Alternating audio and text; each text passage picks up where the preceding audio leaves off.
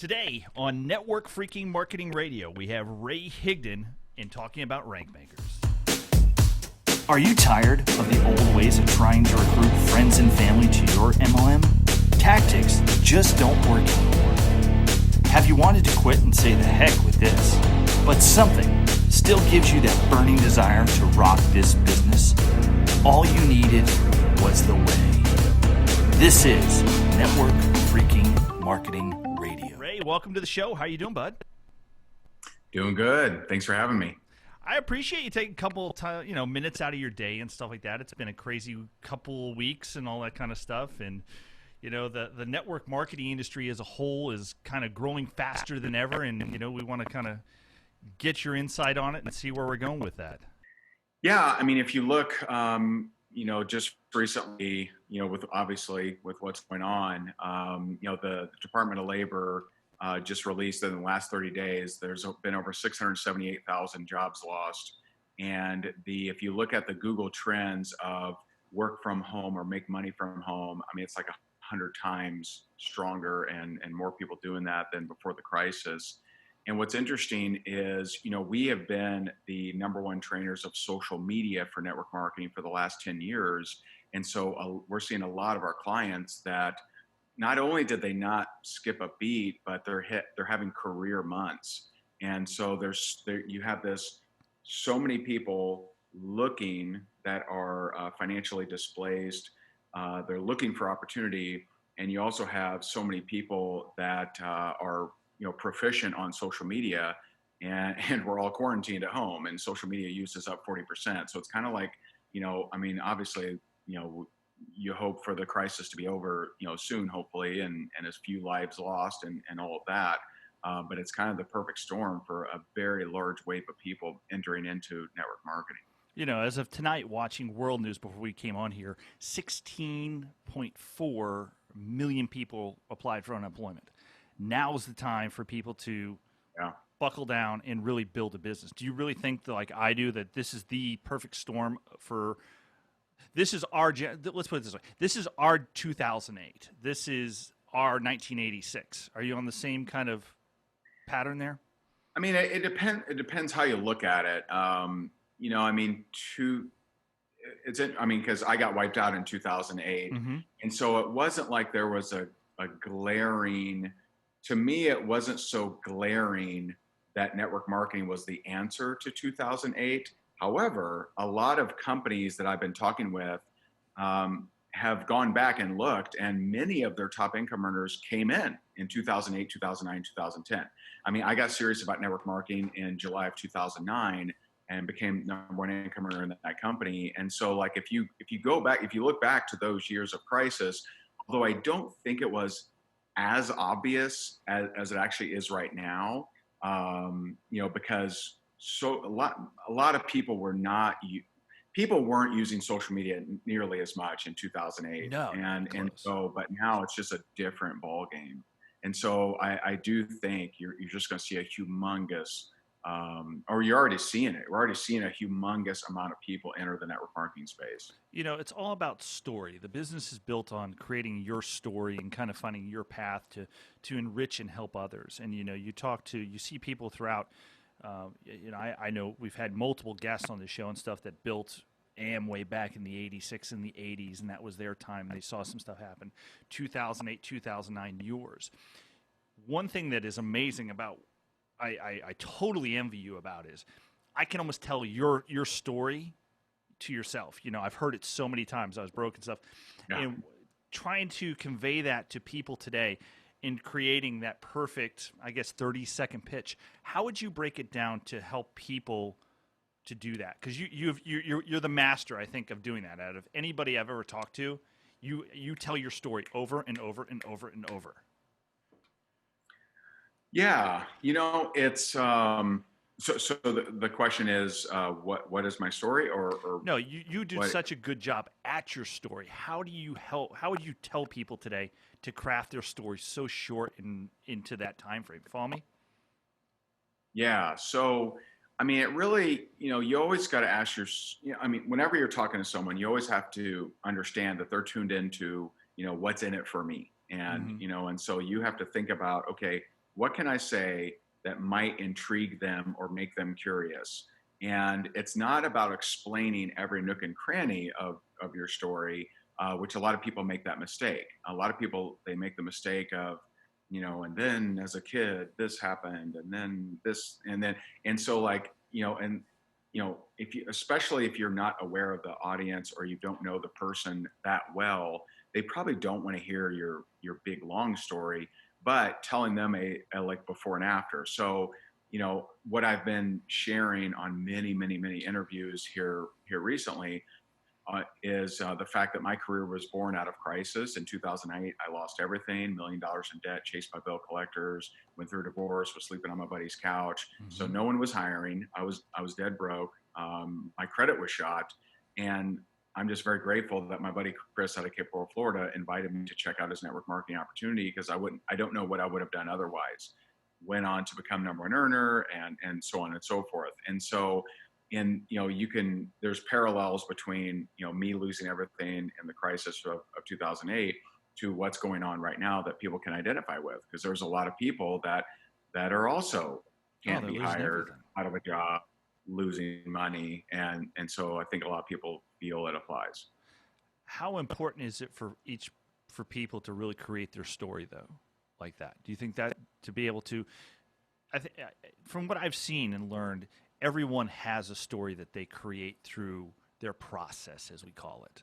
How do you relate to that? I mean, it depends what stage they're in, because if you preach, because we're kind of anti a few different things that are very commonly taught.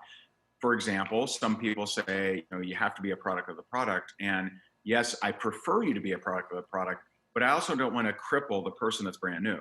Because the person that's brand new may not be a product of the product. They may not have been able to experience some kind of major benefit or something like that. And so it's knowing where are you and what are you able to share. And so it might be, hey, you know what? I had lost my job and I didn't know what to do. No one was hiring. So this was the only kind of business that I could afford to start. And I got started so that I could have more security over my financial future. See, that's a decent story. Nothing has happened yet, Mm-hmm. but you need to be able to, teach people how to share things based on what stage of their career or life they're in. Eventually, you would love to get to before I joined this company, this was me after this happened, and so that way people, wow, that's really amazing. And so, yeah, you want to be building your story, but be able to talk to people and relay the benefits as easily as possible. Let's go back a few years. So you were your number one income earner in your company. Taking that decides, okay, I've got a pretty good income I've built here doing what I'm doing. I'm going to go open the Higdon Group. And, conflict of interest kicks in, I'm sure, and all that kind of stuff. What was it like that first day you said, okay, I'm sending in my resignation letter and I'm going all in on myself to help others? Yeah, I mean, there's a few details in there. So when I joined that company in 2009, I was the number one income earner from, I think, February 2010 to something happened in July or August of 2013. And that is the owners had come up with this idea and I agreed with it at the time to merge into another company. And so I went from, big fish, little pond, number one earner to maybe top 100 earners in a very, very much larger company. And the formation of Higdon Group wasn't upon resignation. What was kind of wild about that is as early as 2010, we had companies and leaders that were asking us to train their people because no one was training social media duplication like we were back in 2010, 2011, et cetera. So really our training business started in like 2010 is when we rolled out our first course. And so what was happening is, network marketing, was growing, the training, company was growing. And there certainly were, when you're a top earner in a company, there are certainly restrictions on who would bring you in to train because, they do have that. But it was pretty shocking how many people did bring us in because they just loved our training so much. And so we got to a point where the training had just grown like crazy. We never intended on having a training company, but it had grown like crazy. And we started realizing that, you know what, we're not giving either of these 100%, and that's just not fair. And that's when we decided. It was a very tough decision, but we did decide to retire from actively building and focus 100% on the coaching and training. And even after that, there were still, I mean, still to this day, I think there's still some people that swear we have a spot somewhere or a position somewhere. And I mean, as big as you guys grown grown now, it'd be kind of tough, wouldn't it? Yeah. To be, to be across the board. It would make no sense at all. And yeah. Do you miss it? Do you miss the juice of being, in the trenches actually? Well, what's interesting is we're just in the trenches a little differently. So there's two places that actually three technically, three places that we're actually in the trenches still, just in a little bit different way. What I really missed is I missed the team stuff. Yeah. I missed all the vacation incentives. I missed the pool parties, the barbecues we used to have. And so the way that we're in the trenches, one is with our rank makers group, in that I'm there every single day. I'm watching, who's rank advancing. I'm looking at the reports and everything. And number two, we have our mastermind program, which is, for 6 and 7 figure earners. And so we work very closely with them to help them develop contests and help them develop incentives and different things to work with their team. And we get to see what works, with them. And then number three, there's a handful of companies that we work with the executives and help them with their decisions and analyzing the field. So it's a little different, but I did miss the team stuff, which I feel like we've replaced a lot of that with our rank makers, because we do so much in rank makers for our members. So I feel like we gained some of that back when we launched rank makers a couple years ago. How important is culture in the business, do you think, today? I mean, culture in network marketing is actually the number one thing for you to become a top earner. It's not, there are great recruiters that never make a lot of money. There are great salespeople that never make a lot of money or build a large team. Culture it really is the number one. The making of people to feel good, regardless of their level of desire, level of result. You will never, no one has a team of just all alpha, all stars, and number ones are just a crusher, rock star. It just doesn't exist, not in this kind of space. If you're running a sales floor, then sure, you can fire people as they don't produce, but we're not a sales floor. It's much more like a gym. There's a lot of people with different levels of desire in the gym. Mm-hmm. They're all welcome. They all feel good for going. And so it's more like a gym, or you could even say a church, right? There are different people that have different, religious goals. And so some, not so much, some major. And so, it's kind of more like a gym, more like a church than it is a sales floor. But when people treat it like a sales floor, that's when they just, you get to a point where you just can't surpass. And so for most people that don't understand culture, it's pretty rare for them to get above 150,000 a year. I mean, that's like, you got to really be a go-getter if you don't understand culture and get to 150,000 a year. But most don't come near that either. It's amazing because, the telemetry you guys have on just seeing how the whole industry works from all the different facets that you're into it. Let's talk about Play to Win. What sparked you? First off, it's a big investment. I've been there, and seen what you guys do. Yeah. I know you guys like water guns and all that kind of stuff. Yes. So, what made you spin that one? I mean, that's a big nut.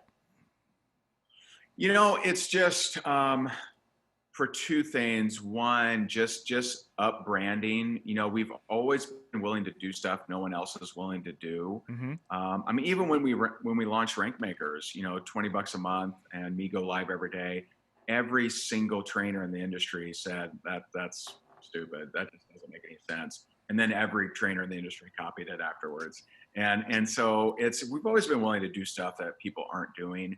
And we wanted to make it to where it wasn't just network marketers that could benefit, that someone could actually watch something, be entertained, but also learn at the same time. And so it was just a different level of coaching. And, in comparing season 1 to season 2, I think a lot of people like season 1. I think people are really going to like season 2 because it's much more structured coaching.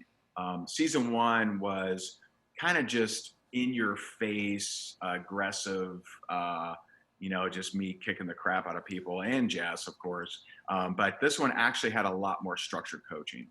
It's inspiring, just to be able to go through. I almost call it like either a retreat or a full all in. When you have 3, 5, 7 days of that kind of intense format, it really can not only just professionally, but emotionally and physically, it makes a huge difference. It really does, So. It's intense. It is. I mean, it is. So, and everybody that's out there, it'll be coming out in a few months, and we're all excited to see that going and stuff. So, Rank Makers, you guys have built probably the largest coaching platform in all of network marketing. Is pretty safe to say. Wouldn't you agree? Yeah, I mean, you have big trainers that have been around for a long, long time. You got the Eric Worreys, you got the Danny Johnsons, you got Todd Falcone's been around a long time. So there's a lot of trainers that have been around a long time.